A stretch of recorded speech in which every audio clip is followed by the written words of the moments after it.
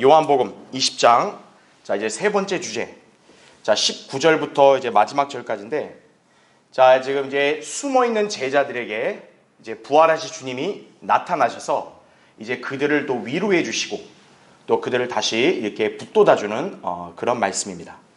자, 우리 지난 시간에 이어서 이제 우리 19절부터 21절 먼저 보겠습니다. 그리하여 그 주의 첫날 그날 저녁에 제자들이 모인 곳에는 유대인들을 두려워하여 문들이 잠겨 있었는데 예수께서 오셔서 그 가운데 서서 그들에게 말씀하시기를 너희에게 평강이 있으라고 하시더라. 이 말씀을 하신 후 주께서 그들에게 손과 옆구리를 보여주시니 제자들이 주를 보고 기뻐하더라. 그때 예수께서 그들에게 다시 말씀하시기를 너희에게 평강이 있으라. 나의 아버지께서 나를 보내신 것 같이 나도 너희를 보내노라 하시고, 이렇게 나옵니다. 그렇죠? 예. 자, 1번을 보시면 자 19절에 너희에게 평강이 있으라 이렇게 말씀하죠. 그렇죠? 자, 주님이 왜 이렇게 이들에게 평강을 명령하시고 권면하시냐? 지금 이들은 두려움에 사로잡혔기 때문에 그러는 거죠. 그렇죠? 특히나 이들이 믿고 따랐던 예수 그리스도는 당시 이제 유대인 사회에서는 어찌되었던 범죄자로 취급을 당하고 또 주님은 죽으셨기 때문에 그들은 어떤 그 화가 자기들에게 미칠 것을 또 두려워한 나머지, 그래서 지금 이들은 어떻게 보면 두문불출하고 있는 거예요. 그렇죠? 자, 그런 와중에 이제 주님이 그들에게 나타나신 거란 얘기죠.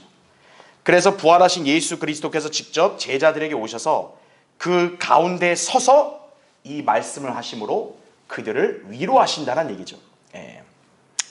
자, 그래서 괄호 1번 보시면 자, 부활하신 주 예수 그리스도께서는 직접 제자들에게 오셔서 자, 이 말씀을 하심으로 그들을 위로하셨죠.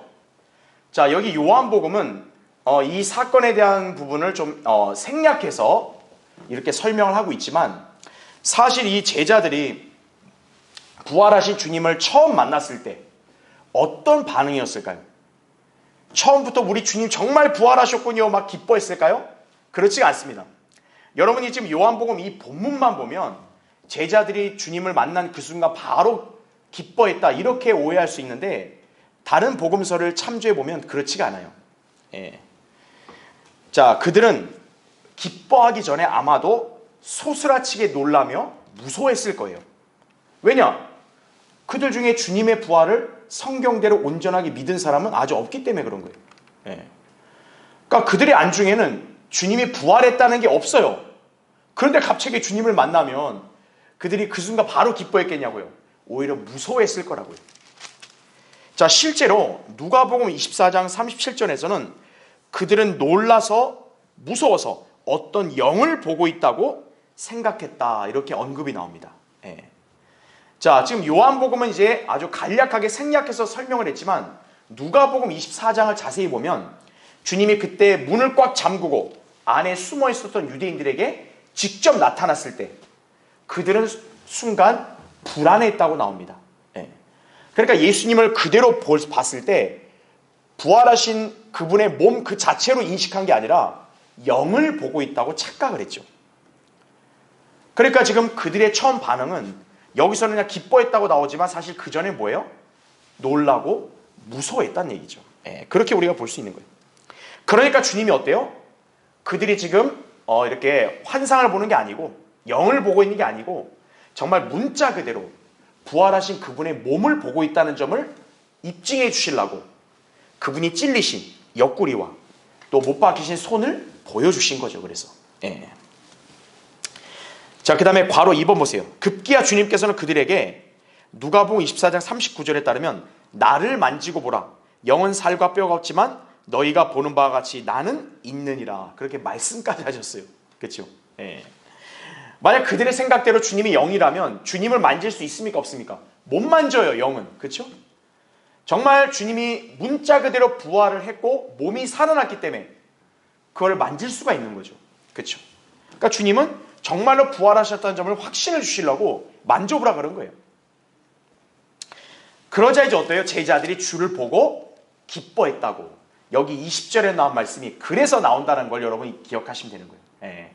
그러니까 제자들이 처음부터 주님을 만난 순간 기뻐한 게 아니라 처음엔 불안했는데 주님이 직접 내 몸을 만져보라고 하시고 나서 어떤 거예요?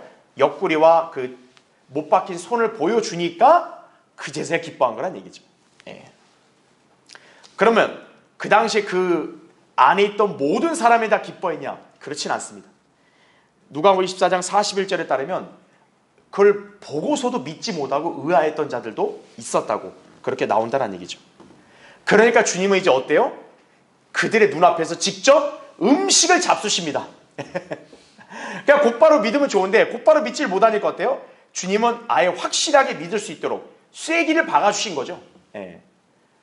그분이 정말 몸을 입었다면 물리적인 음식도 먹고 또 마실 수가 있다는 사실이죠. 그러니까 주님이 의도적으로 그들 앞에서 음식을 잡수셨다는 얘기예요.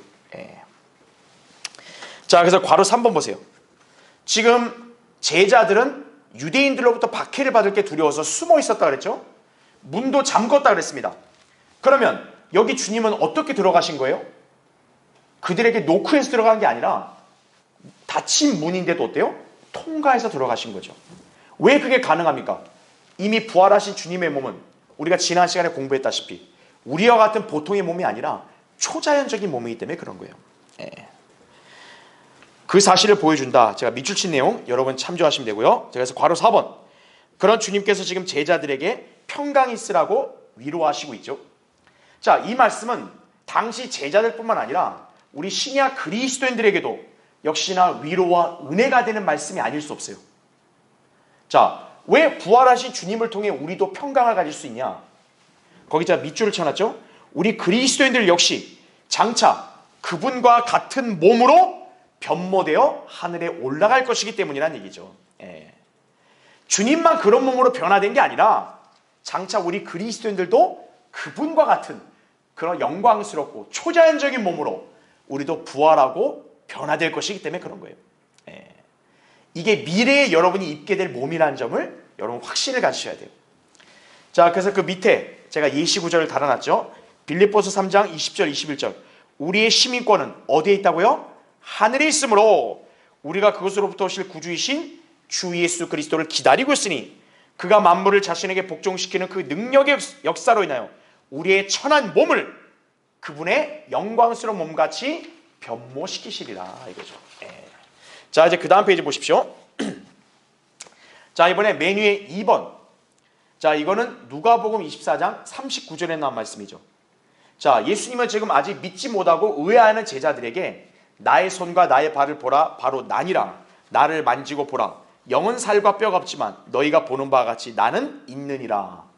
이렇게 확신을 주시죠. 자, 여기서 우리는 부활하신 예수 그리스도의 초자연적인 특성을 가진 이 몸에 관해 한번 살펴볼 필요가 있습니다. 자, 왜 그러냐? 괄호 1번 보세요. 지금 주님이 부활하신 자신의 몸을 뭐라고 지칭하고 있습니까? 살과 뼈. 자, 그럼 여러분은 이제 우리 신체의 구조를 잘 알겠지만 우리 육체의 생명에서 가장 중요한 게 사실 뭡니까? 피죠. 근데 지금 주님은 자신 안에 피를 보라는 말씀을 하지 않으십니다. 그저 뭡니까? 살과 뼈만 언급을 하세요. 왜 피가 빠졌을까요? 거기 제가 밑줄 치는 거 보면 주님께서 십자가에 죽으셨을 때 이미 어땠어요? 피를 다 쏟으셨기 때문에 그런 거죠.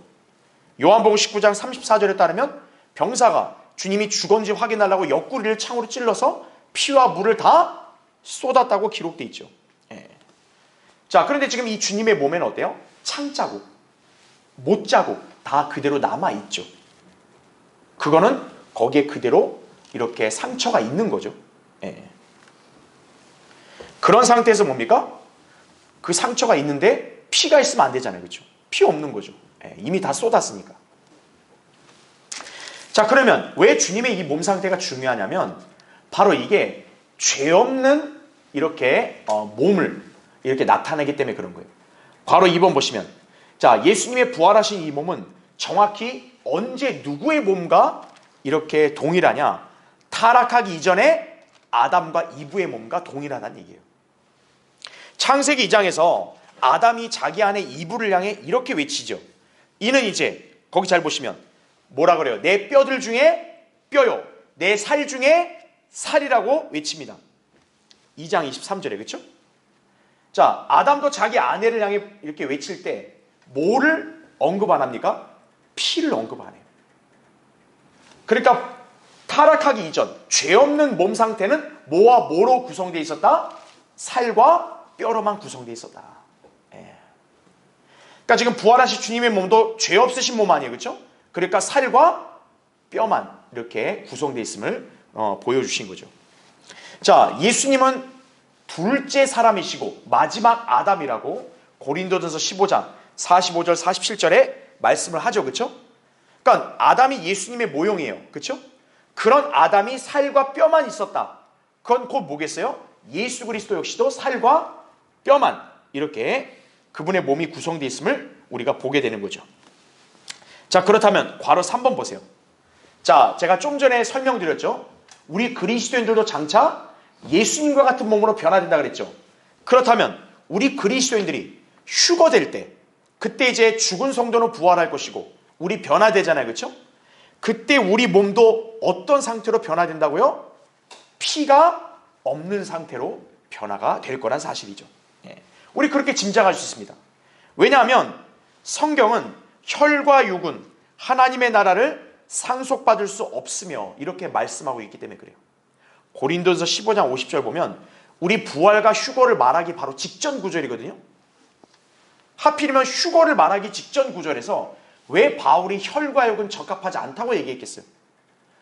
장차 우리가 하늘로 올라갈 때 변화될 우리 몸은 피가 불필요하다는 점을 여기서 알려주는 거죠. 자, 그래서 괄호 4번 보세요. 현재 우리 육신은 죄로 타락한 상태죠. 그렇기 때문에 우리 몸 안에 있는 피 역시 뭡니까? 죄성을 지니고 있는 거예요. 그래서 지금 이 죄인들은 피가 항상 문제가 있습니다. 그렇죠? 예. 그 피가 어떠냐에 따라서 그 사람 생명이 좌우되죠. 그렇죠? 예. 인간의 피는 죄성이 깃들여져 있는 거예요. 그래서 그런 피를 갖고는 저 의롭고 깨끗한 하늘나라에 갈 수 있다 없다? 없다는 사실이죠. 그래서 우리가 휴거될 때는 그래서 모두 어떠는 거예요? 피를 다 쏟아내고 그렇게 변화된 몸을 입은 채로 가게 된다는 얘기죠. 예. 그러니까 여러분이 휴거될 때 어떻게 생각하시면 돼요? 아, 내 몸이 예수님의 몸과 같이 변모되는 순간 나는 피를 다 쏟겠구나 이거죠. 마치 우리 주님도 피를 다 쏟으셨듯이. 예. 우리도 그렇게 변화가 되겠구나. 그렇게 이해하시면 되는 거예요. 자, 이게 우리 이성으로 볼 때는 굉장히 이해하기 어려운 내용이에요. 그렇죠? 성경을 심도 있게 공부하지 않은 사람들은 제가 방금 이렇게 언급한 이 내용을 도저히 이해를 못하고 오히려 우리를 비이성적이라고 취급을 할 거예요. 그렇죠? 그럼 우리는 허무맹랑하게 이걸 지어낸 게 아니라 성경에 있는 말씀을 근거로 해서 우리는 이렇게 증거하는 거란 얘기죠. 왜냐? 우리가 주님과 같은 몸으로 변화되기 때문에 주님의 몸에는 피가 없었다는 거죠. 그러니까 우리의 몸도 피가 없게 된다는 사실이죠. 예. 자, 우리 그리스도인들 모두 당시 예수님과 같은 33살 반의 남성으로 변화될 것이라는 사실이죠. 자, 그런즉 지금 현재 이 자리에 계신 우리 자매님들도 장차 휴거될 때 어떻게 변한다고 이해하시면 돼요? 33살 반의 남자로 변화된다고 이해하시면 돼요. 왜냐? 예수님이 부활하셨을 때가 33살 반이었기 때문에 그런 거예요. 예. 자, 근거 구절 그 밑에 제가 기재해놨죠. 로마서 8장 29절에 그분께서는 잘 보세요. 미리 아신 자들 이렇게 나오죠. 그러니까 미리 아셨다는 게 구원을 예정했다 이 말이 아니고 예수 그리스도를 믿을 사람들을 미리 아셨다는 거예요. 자, 그 사람들을 어떻게 했다고요? 거기 보면 자기 아들의 형상과 일치하게 하시려고 또한 예정하셨으니 이게 예정이에요. 그러니까 누구든 예수 그리스도를 구주로 믿고 구원받는 순간 하나님은 그 사람을 예의 없이 어떤 거예요? 자기 아들 예수님과 같은 형상으로 일치시키겠다고 확정하셨다는 얘기죠. 네. 왜 그러냐? 그를 많은 형제 가운데서 첫 태생이 되게 하려 하심이니라 이거죠. 네. 그래서 밑에 요한일서 3장 2절 말씀도 뭡니까? 사랑하는 자들아 이제는 우리가 뭐라고 해요? 하나님의 아들들이라. 아니 왜 자녀들이 아닙니까? 방금 제가 얘기한 대로 자매들도 예수님과 같은 모습으로 변화되기 때문에 여자가 없는 거예요. 그러니까 어때요? 자녀라고 말 안 쓰고 아들들이라고 쓰는 거예요. 그래서 그 뒤에 있는 내용은 여러분 잘 아시죠? 우리가 어떻게 될 것인지는 아직 나타나지 아니하였으나 그가 나타나시면 우리가 그와 같이 되리라는 것을 아노니 이는 우리가 그분 그대로 그분을 볼 것이기 때문이라 이거죠. 그러니까 장차 우리가 휴거가 되면 어떻게 되겠어요? 여러분이나 저나 딱 볼 때 다 예수님을 보는 거예요. 여기도 예수님, 여기도 예수님. 예. 그럼 이제 어떤 분들은 의아해하시면서 이렇게 물을 수도 있어요. 아니 그럼 하늘나라 가면 누가 누군지를 어떻게 구분할 수 있냐고. 예. 걱정하지 마라 이거죠. 예. 그날에 가면 우리는 똑같은 모습이어도 누가 누군지는 인식할 수 있다는 거예요. 예. 자, 괄호 5번 보세요. 부활하신 주님의 몸은, 자 밑줄을 쳐놨죠. 초자연적이면서도 또 어떤 몸이다? 실제적인 몸이었다. 그러니까 이거는 무슨 영적이거나 어떤 비유적인 게 아니에요. 그분이 직접 내 손과 내 발을 보라 그랬잖아요. 나를 만지라 그랬잖아요. 실제적인 몸입니다. 그런데 어때요? 초자연적인 특성을 가졌다는 얘기죠. 자, 그분의 몸이 실제적이라는 결정적 증거는 음식을 드신 거예요. 제자들하고. 그렇죠? 그러니까 몸이 실제하니까 음식을 먹죠. 그런가 하면 주님은 우리처럼 어떤 시공간의 제약을 받는 게 아니라 벽을 어때요? 통과하죠. 당시 유대인들이 문을 딱 잠궈놓고 숨어있을 때도 그냥 거리낌 없이 그 벽을 통과해 들어오신 거 아니에요. 특히나 우리가 지난 시간에 배웠다시피 막달라 마리아를 만나고 나서 곧바로 승천하셨다고 그랬죠. 그리고 바로 내려오셨죠. 즉 주님의 그 몸은 어느 신비로운 속성이 있냐면 하늘도 올라갔다가 곧바로 내려오는, 예, 그런 몸이었다는 얘기죠. 게다가 주님의 몸은 즉시 시야에서 사라질 수도 있었다는 거예요. 예. 누가복음 14장 31절에 보면 엠마오로 가는 두 제자들과 만나고 나서 그들의 눈앞에 사라지셨죠, 곧바로. 예. 자, 여러분이 장차 이제 휴거돼서 주님과 같은 몸을 입게 되면 여러분도 이러한 현상이 여러분에 나타날 수 있다는 거예요. 그러니까 여러분들은 이 천년왕국 때는 나 어디 가고 싶다 생각만 하면 바로 거기로 가는 거예요. 초자연적인 몸이기 때문에 그 비행기 타고 이렇게 갈 필요 없어요. 예. 여러분이 생각하는 순간 예수님처럼 딱 사라져서 그 자리에 바로 가는 거예요. 그리고 주님은 음식을 드시고 싶으면 드시고 안 드시면 안 드셨죠. 여러분도 그때 가서는 뭐 다이어트 뭐 이런 걱정할 필요 없다고요. 먹고 싶으면 먹고 안 먹으면 안 먹어도 되는 거예요. 예. 자, 그렇게 놀라운 몸으로 우리가 바뀔 거란 얘기죠. 자, 그 다음에 다음 페이지 보세요. 자, 21절에 주님이 이제 이 제자들에게 나타나신 목적을 밝히십니다.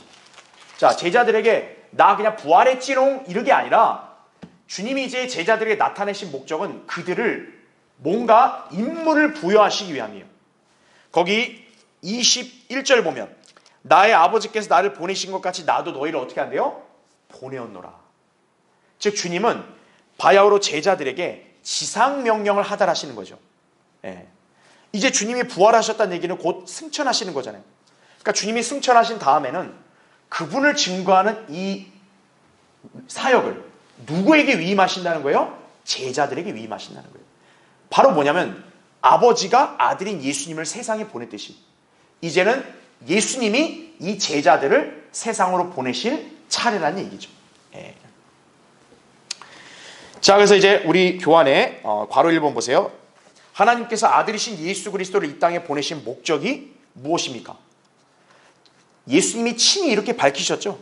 내 말이 옳도다. 내가 왕이니라. 이 일을 위하여 내가 태어났고 이런 연유로 내가 세상에 왔으니, 자, 뭐하러 오셨다고요?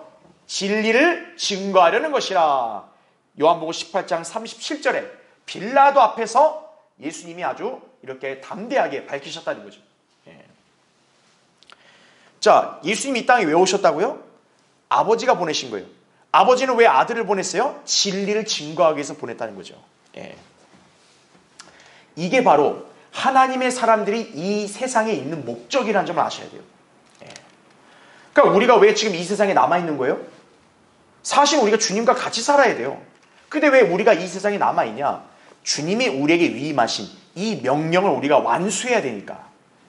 그 명령은 바로 진리를 증거하는 일이라는 얘기죠. 그렇죠? 자, 그래서 괄호 2번의 내용은 여러분 이제 참조하시면 돼요. 그래서 우리가 왜 거리에 나가서 예수 그리스도의 복음을 힘차게 외치고 많은 사람들에게 왜 복음을 증거하면서 주님을 전하려고 하냐? 바로 여기 있다는 얘기죠. 지금 세상은 비진리가 판을 치죠. 거짓 기독교가 세력을 확장한 상태죠. 그럴 때 어떤 거예요? 주님은 그걸 그냥 보고 계시는 게 아니라 참된 하나님의 종들, 성도들을 세상에 보내서 참 진리를 전파하게 하신 거란 얘기죠. 그러니까 여기에 지금 지상명령, 이 대위임은 제자들만이 아니라 오늘날 우리 그리스도인들에게까지 다 확대 적용이 된다. 그렇게 이해하시면 됩니다. 자, 괄호 3번. 그래서 예수님께서 아버지께 기도하실 당시에 뭐라고 이렇게 말씀하셨나요? 아버지께서 나를 세상에 보내신 것 같이 나도 그들을 어떻게 한다고요? 세상에 보내싸웁니다. 이거죠. 이제 바야흐로 때가 돼서 주님은 이제 세상을 떠나야 되니까 남아있는 우리에게 이제 너희를 세상에 보내노라. 이렇게 이제 사명을 위임하시는 거죠. 그게 여기에 지금 21절에 기록된 말씀의 진이다. 그렇게 이해하시면 되겠습니다. 자, 그럼 이제 22절부터 23절 보겠습니다. 이 말씀을 하신 후 그들에게 숨을 내쉬며 말씀하시기를, 자, 뭐라고 말씀하세요? 성령을 받으라 이거죠. 너희가 누구의 죄든지 용서하면 그들이 죄사함을 받게 되며 누구의 죄든지 그대로 두면 그대로 잊게 되리라고 하시더라 말씀하죠. 그렇죠? 자, 여기 1번을 보니까 그들에게 자, 숨을 내쉬면서 성령을 받으라 이렇게 말씀하죠. 자, 또 이 구절 나오면 누가 펄쩍펄쩍 뛰고 좋아합니까? 순복음 은사주의자들이죠. 아, 성령 받으라.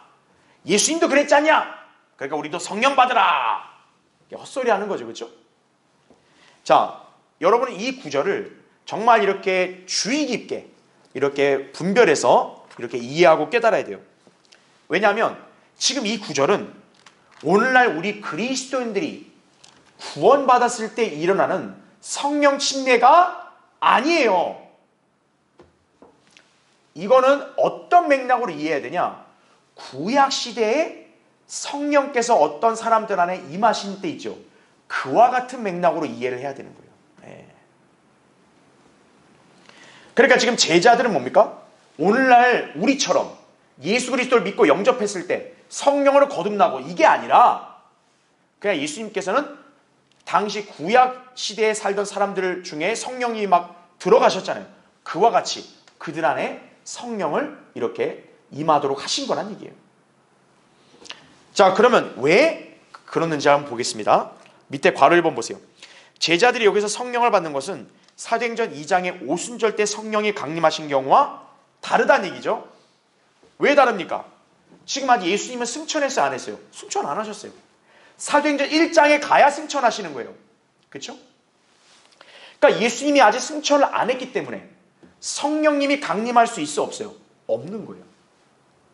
자, 예수님과 성령님은 일종의 임무 교대 형식으로 바뀌어야 됩니다. 그러니까 예수님이 지상에 계시면은 성령님이 인격을 지닌 채로 임하실 수가 없는 거예요. 예수님이 승천을 해야 어때요? 성령께서 이제 강림하신다는 얘기죠.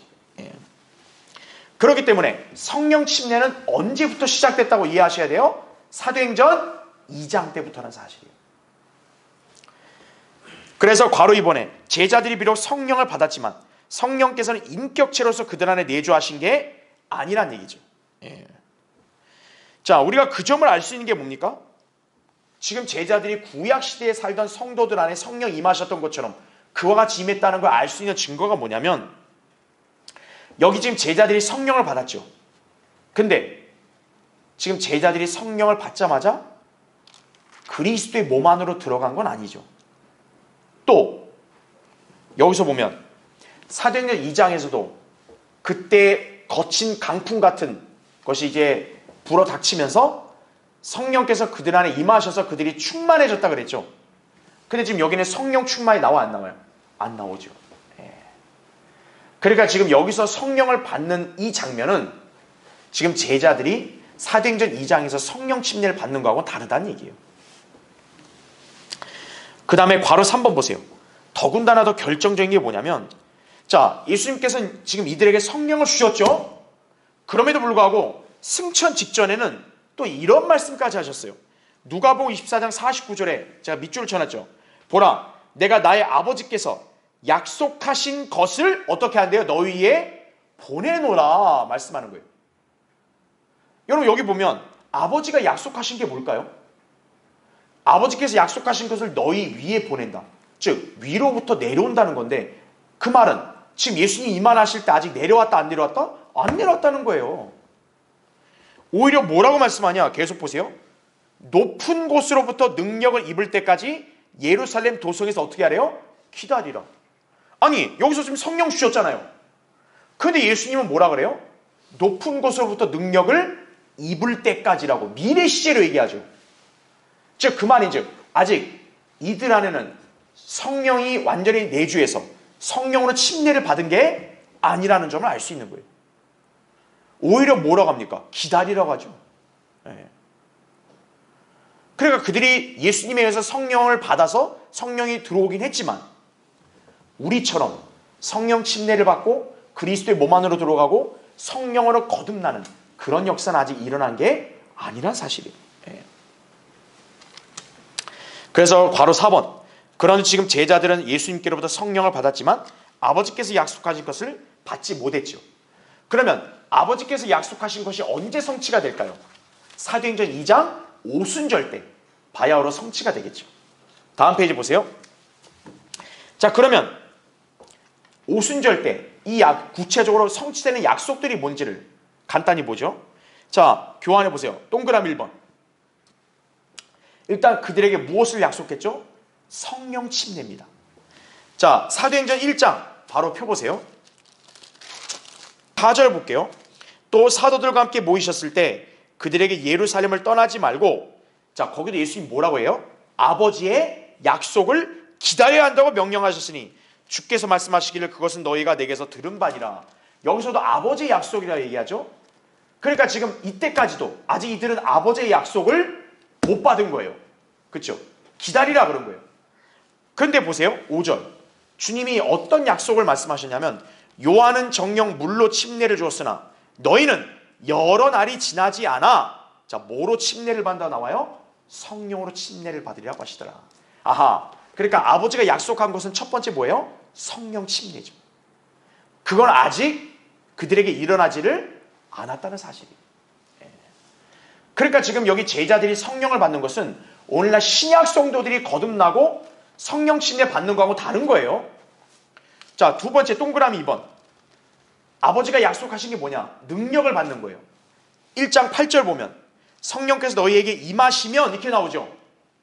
여러분 보세요. 벌써 이 구절만 봐도 지금 제자들이 성령 받았다고 하지만 예수님은 아직도 미래 시제로 얘기하죠. 성령이 너희에게 임하시면이라고 했죠. 임했다라고 얘기 안 하고 임하시면이라고 얘기합니다. 예. 그러면 뭐라 그래요? 너희가 능력을 받으리니, 그러면 예루살렘과 온 유대와 사마리아 땅끝까지 이르러 내게 증인이 되리라 말씀하는 거죠. 그 다음에 동그라미 3번은 성령 충만입니다. 예.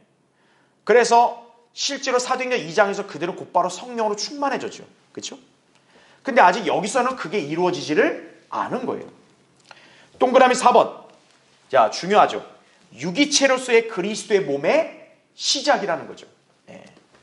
요한복음 17장 거기 21절에도 자, 예수님은 일찍이 예고를 했어요. 아버지께 기도할 때 아버지께서 내 안에 계시고 내가 아버지 안에 있는 것 같이 그들도 우리 안에서 어떻게 되게 해달라고요? 하나가 되게 하여서. 예. 우리 그리스도인들이 예수 그리스도 안에서 하나가 되는 것은 그리스도의 몸을 이루는 거죠. 그렇죠? 그 그리스도의 몸을 이루려면 성령 침례가 필수적입니다. 그러니까 성령 침례가 안 이루어졌다면 그리스도의 몸도 아직 형성이 안 된 거예요. 예. 자, 그렇게 이해하시면 되고요. 동그라미 5번은 새로운 한 세대의 시작이죠. 시편 22편에도 십자가 사건을 예언하면서 뭐래요?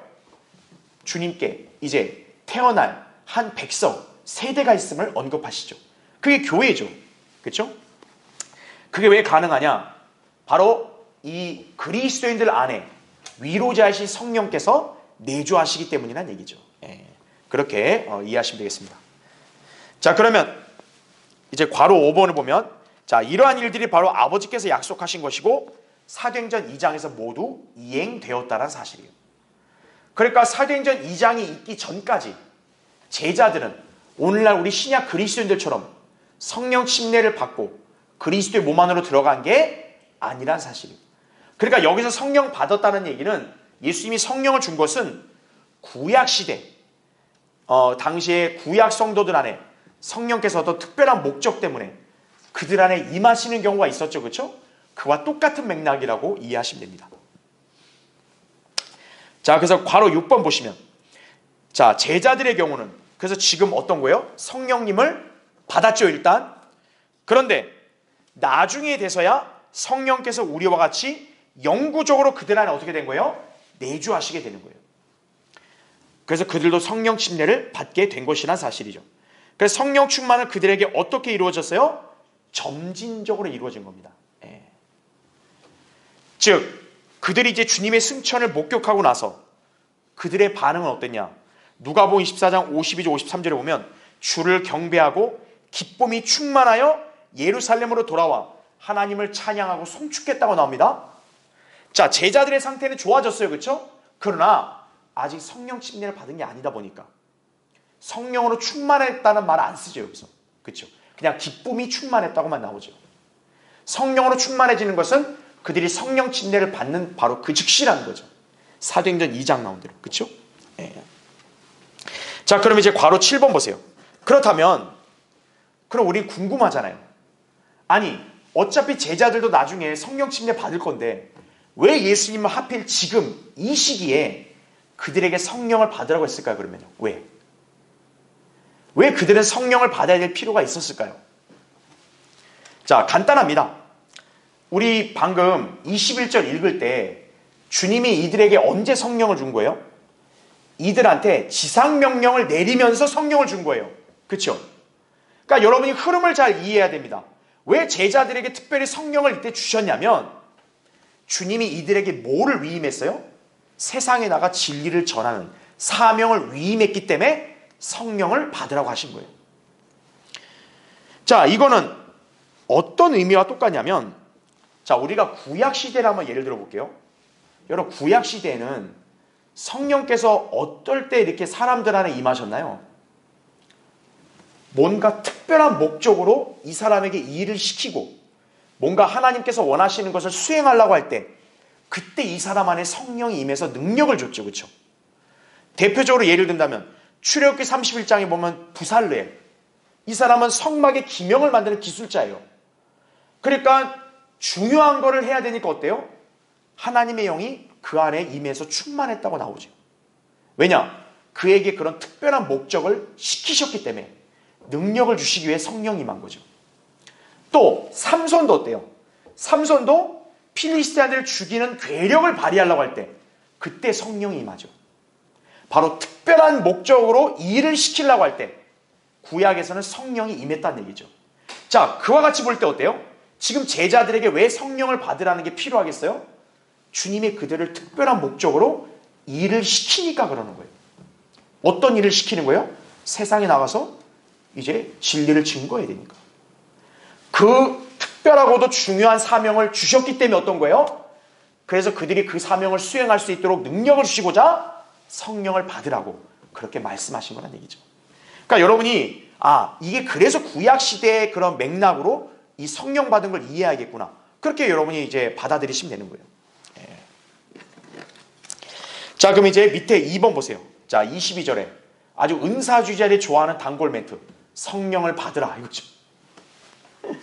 자, 여러분 오늘날 이 순복음 은사주의자들 또 은사주의에 물든 기독교인들 이 구절을 오용해가지고 마치 성령을 받아야 되는 것으로 오해합니다. 그렇죠?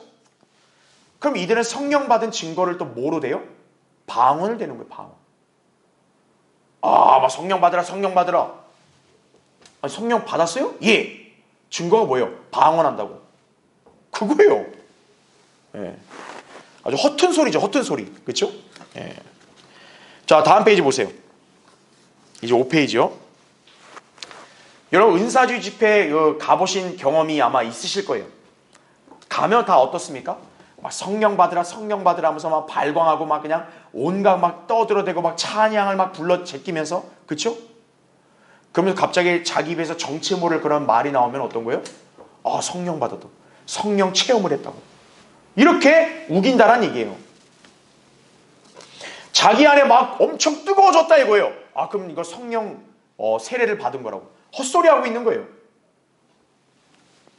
그럼 여러분 아셔야 될 게, 지금 여기 제자들이 막 예수님한테 먼저 성령 달라 그랬어요? 아니죠. 그럼 여기 보면 제자들이 성령 받고 나서 지금 막 길길이 뛰었어요? 아니라고요. 네. 자, 괄호 2번 보세요. 신약 성경, 특히나 교회 시대의 계시를 받은 사도 바울이, 자, 성령을 받는 것은 무엇을 할 때만 가능하다 그랬어요? 예수 그리스도를 믿을 때만, 구주로 믿고 영접할 때만 가능하다는 점을 밝혔다는 얘기죠. 예. 즉 신약 시대, 이 은혜 시대, 예수 그리스도를 자신의 마음의 구주로 믿고 영접하여 구원받을 때 바로 뭐를 받는 거예요? 성령 침례를 받게 된다는 얘기예요. 구원받는 순간 성령께서 그 사람 안에 내주하시죠. 영원히. 그렇죠? 그리고 어때요? 그 사람의 몸은 성전이 된다고 그렇게 기록이 됐다는 얘기죠. 바로 그게 뭡니까? 그 사람이 성경대로 복음을 믿을 때 그 사람의 영이 성령으로 거듭나고 마침내 뭡니까? 성령 침례를 받게 되는 거란 얘기죠. 자, 그 밑에 보세요. 근거 구절. 에베소 1장 13절에 나오죠. 너희도 진리의 말씀 곧 너희 구원의 복음을 듣고서 그분을 어떻게 했다? 신뢰하였으니, 잘 보세요. 또 너희가 그분을 믿고서 뭐라 그래요? 약속의 그 성령으로 인침을 받은 것이니라. 보세요. 약속의 성령이라 얘기하잖아요. 즉 아버지가 약속하신 그 성령을 인침받으려면 여기 나온 대로 구원의 복음을 듣고 예수님을 믿어야죠. 그게 성령을 받는 거예요. 그냥 어느 집회 가서 막 떠들어대고 막 성령 달라고 울부짖는다고 받는 게 아니고, 그렇죠? 자, 밑에 고린도서 12장 13절 이렇게 나오죠. 유대인이나 이방인이나 종이나 자유인이나 한 성령에 의하여 우리 모두가 한 몸 안으로 침례를 받았으며 또 모두가 한 성령 안으로 마시게 되었느니라, 이렇게 말씀하죠. 자, 성령 안으로 마셨다. 바로 성령 침례를 가리키는 말씀인 거죠. 그러니까 여러분이 그렇게 이해하시면 된다는 얘기죠. 자, 그럼 여기 잠깐 한번 볼게요.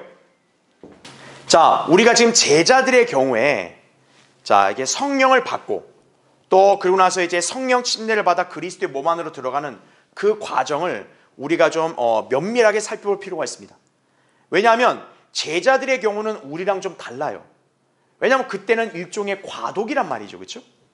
자, 요한복음 20장에서 제자들은 성령을 받습니다. 그렇죠?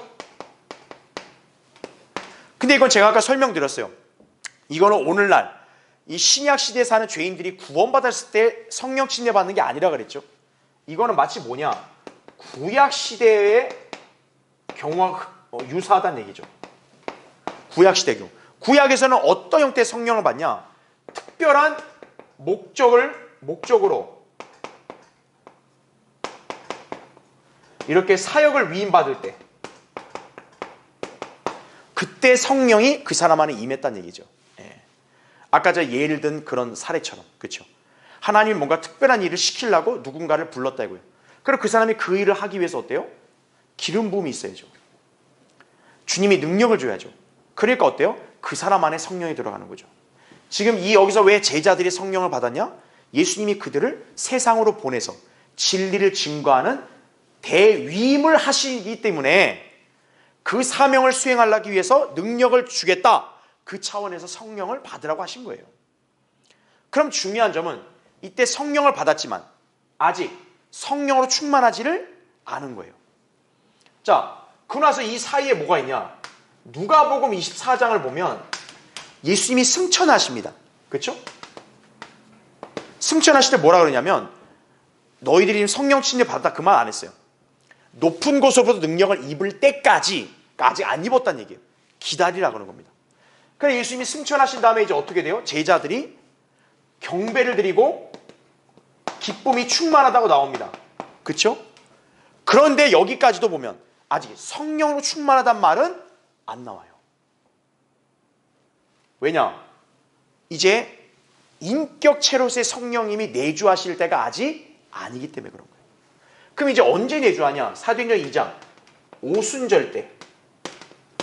오순절 때 비로소 성령 강림이 일어나죠. 그렇죠? 그럼으로써 뭡니까? 성령 침례가 이때부터 시작이 되었다는 얘기죠. 성령 침례가 시작이 됐다는 얘기는 곧 뭡니까? 그리스도의 몸이 형성이 되었다. 이거죠. 바로 이때부터가 뭡니까? 이제 신약 교회 시대에 구원받았을 때 이제 이 일이 다 일어나는 거예요. 그러나 그 이전에 제자들은 아직 성령이 강림하지 않았기 때문에 이런 일이 일어나지 않고 먼저 성령을 받았고 그러고 나서 예수님 승천 뒤에 기쁨 가운데서 기다렸고 기도했고 그리고 이제 오순절이 돼서 성령 침례를 받는 순간 또 충만해지기까지 했다는 얘기죠. 그러니까 제자들은 이렇게 점진적으로 이루어진 거예요. 그러니까 특수한 경우인 거죠. 그러니까 이 상황을 모르고 그냥 오늘날에다 다 갖다 붙이면 안 되는 거예요. 그러면 은사주의자 같은 우를 범하게 된다는 점을 꼭 우리가 잘 이해해야 됩니다. 그렇죠? 자, 교회 시대 때 성령으로 충만해진 그리스도인에게서 나타나는 가장 두드러진 현상이 뭘까요? 은사주의자들은 방언이라 얘기하죠? 아닙니다. 성경에서 뭡니까? 성령 충만한 그리스도인으로 나타나는 현상은 담대하게 하나님 말씀을 선포하는 거예요. 그리고 예수 그리스도를 증거하고 죄인들을 그리스도께로 인도하는 구령의 열정을 쏟게 된다는 점이 성령 충만한 성도에게 나타난 현상이에요. 그 예가 거기 사도행전 4장 31절에 나오죠. 그들이 모두 성령으로 충만하여 그 다음 어떻게 했대요? 담대하게 하나님의 말씀을 선포하더라. 자, 성경이 친히 입증하잖아요. 사도들이 성령으로 충만하니까 바로 하는 게 뭐예요? 하나님 말씀을 담대히 선포하는 거예요. 그러니까 오늘날 우리 신약 그리스도인도 마찬가지란 얘기죠. 그렇죠? 그래서 괄호 4번에 우리는 성령 타령하는 은사주의자들, 바로 미혹하는 영들과 마귀들의 교리들을 따르고 있다는 사실을 직시를 했는 얘기예요. 자, 이제 밑에 3번을 보겠습니다. 이제 23절. 자, 이 말씀 역시도 여러분이 올바로 이해하지 못하면은 자칫 혼란에 빠질 수도 있어요. 보세요. 너희가 누구의 죄든지 용서하면 그들이 죄사함을 받게 되며 누구의 죄든지 그대로 두면 그대로 있게 되리라. 자, 이 구절은 주 예수 그리스도께서 제자들에게 지상명령과 더불어 죄사함의 능력을 부여하셨음을 증거한다는 얘기죠. 자, 이 구절을 자칫 오해하면 그럼 사도들이 죄 용서하면 용서받고 이겁니까? 그렇게 오해할 수 있는데 이걸 오늘날 어떻게 우리가 적용을 해야 되냐면 그리스도인들이 복음을 전파함으로써 죄들의 사함을 선포하는 것으로 우리가 이렇게 적용을 해야 된다는 얘기예요. 다시 말하면 오늘날 우리 신약 성도들이 죄를 직접 용서하는 게 아니고 예수 그리스도의 복음을 전파할 때 그 사람이 그 복음을 믿으면 우리는 어떻게 선언할 수 있는 거예요? 당신의 죄는 깨끗이 용서되었습니다. 그렇게 선언할 수 있다는 얘기죠. 우리가 그 사람을 죄 용서한 게 아니라 우리가 그 사람을 깨끗한 게 아니라 그 사람이 예수 그리스도의 피로 죄사함 받았음을 믿었기 때문에 그러니까 우리가 뭐라고 선언할 수 있는 거예요?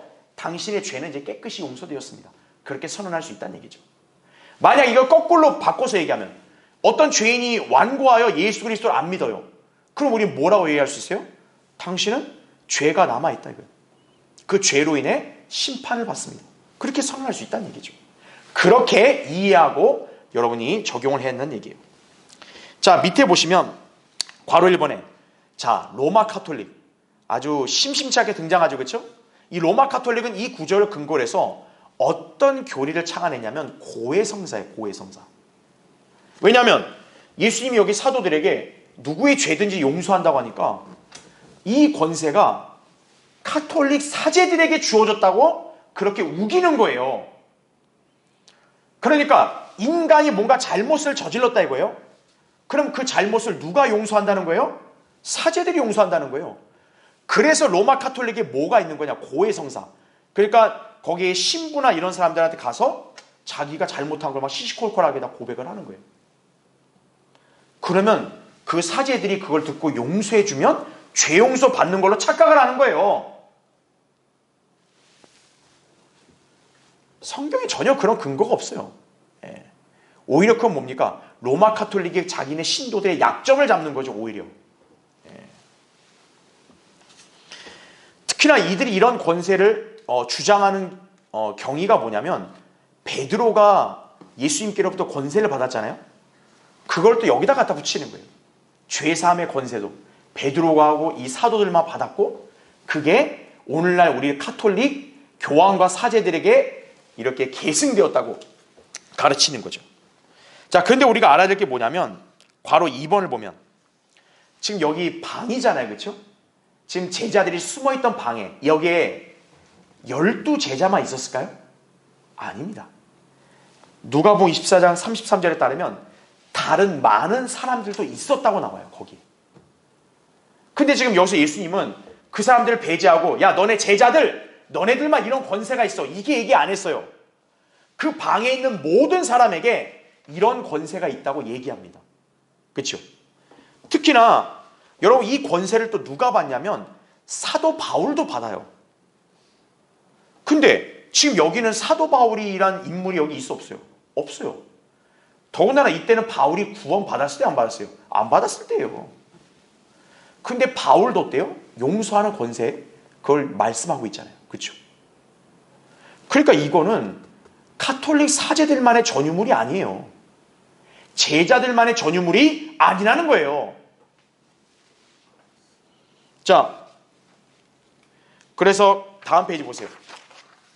방금 제가 설명한 대로 바로 이 권세는 무엇을 가리키냐면, 예수 그리스도의 피의 속죄를 믿음으로 적용되는 죄들의 사함을 선포하는 능력과 관련이 있다는 얘기죠. 자, 그 예가 그 밑에 보면 사도행전 13장 38절부터 거기서 바울이 얘기한 거예요. 보세요. 그러므로 형제들아, 너희가 알 것은 이분을 통하여, 자, 너희에게 뭐가 선포됐다 그래요? 죄들의 사함이 선포되었고. 자, 바울이 얘기하죠. 죄 사함이라는 것이 자기가 하는 게 아니고 예수 그리스도를 통해서 죄들의 사함이 선포되었다, 이렇게 얘기하는 거죠. 그래서 너희가 모세 율법으로는 의롭게 되지 못하였던 그 모든 일에 있어서도 믿는 자는 모두 그분을 통하여 어떻게 됐다? 의롭게 된다는 것이니라 말씀하는 거죠. 그렇죠? 그래서 이 예수 그리스도를 믿지 않으면 어때요? 죄가 그대로 남아있다. 그래서 정죄받고 심판을 받는다. 그에 대한 경고 구절이 그 밑에 제가 다 달아놨죠. 여러분 이걸 참조하시면 되겠습니다. 자, 그러니까 이걸 우리가 어떻게 적용하면 되는 거예요? 복음 전파에 적용하면 되는 거예요. 그러니까 우리가 복음 전할 때 죄인이 회개하고 받아들이면 어때요?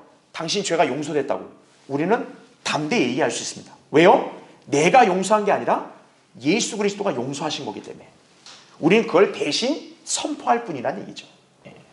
만약 믿지 않으면 어때요? 우리는 그 사람한테 당신은 그대로 죄인이라고 그렇게 선포할 수 있는 거라는 얘기죠.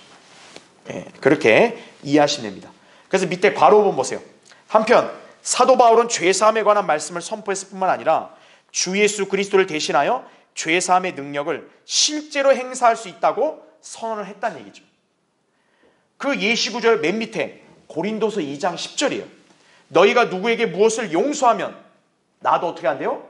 그리하고, 만일 내가 무엇을 용서했다면 그것은 너희를 위하여 내가 그리스도를 대신하여 용서한 것이라, 이렇게 말씀하고 있는 거죠. 그렇죠? 즉 하나님의 자녀들에게는 그리스도를 대신하여 죄들을 용서하기도 하고 그대로 두기도 하는 권세가 있다는 얘기죠. 카톨릭 사제가 용서하는 게 아니고 예수 그리스도만이 죄를 용서해요. 그렇죠? 근데 그 예수 그리스도가 지금 어디에 계세요? 구원받은 성도들 안에 계시잖아요. 그러니까 성도들 간의 관계에 있어서도 만약 누가 잘못을 했으면 어떤 거예요? 그 사람을 용서하면 그리스도를 대신해 용서한 거예요. 왜? 그 사람 안에 그리스도가 계시니까. 그러한 측면으로 우리가 이 구절을 이해하고 이 능력은 거기서 발휘가 되는구나, 그렇게 여러분이 깨달으시면 되는 거예요. 다음 시간에 이제 마지막 부분을 더 하겠습니다.